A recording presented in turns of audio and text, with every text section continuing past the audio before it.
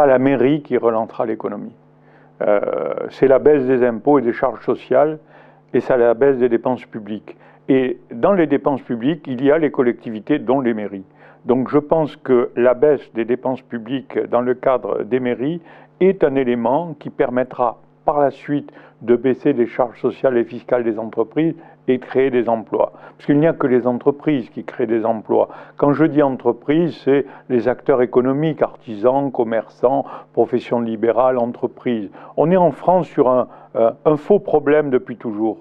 Ce ne sont pas les collectivités qui créent les emplois. Les collectivités, elles créent des emplois avec de l'argent public, avec les impôts des contribuables. Et les impôts des contribuables, ils sont toujours mieux utilisés par les acteurs économiques.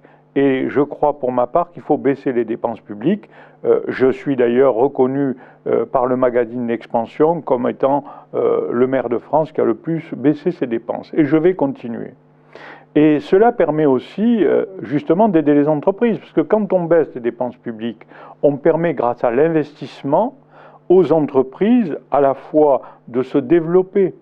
Et mon orientation depuis très très longtemps a été justement d'essayer de contrôler des zones économiques et des terrains, de faire en sorte qu'on puisse accueillir à un moindre coût les entreprises sur des terrains. C'est l'aide que l'on peut avoir, parce que sinon on ne peut pas agir directement.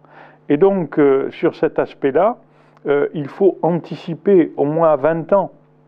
Aujourd'hui, Torremila, 90 hectares, presque 100, qui sont aujourd'hui le cœur et le poumon économique de la ville à côté de l'aéroport, où des entreprises importantes se sont installées, où CEMOA a pu s'installer.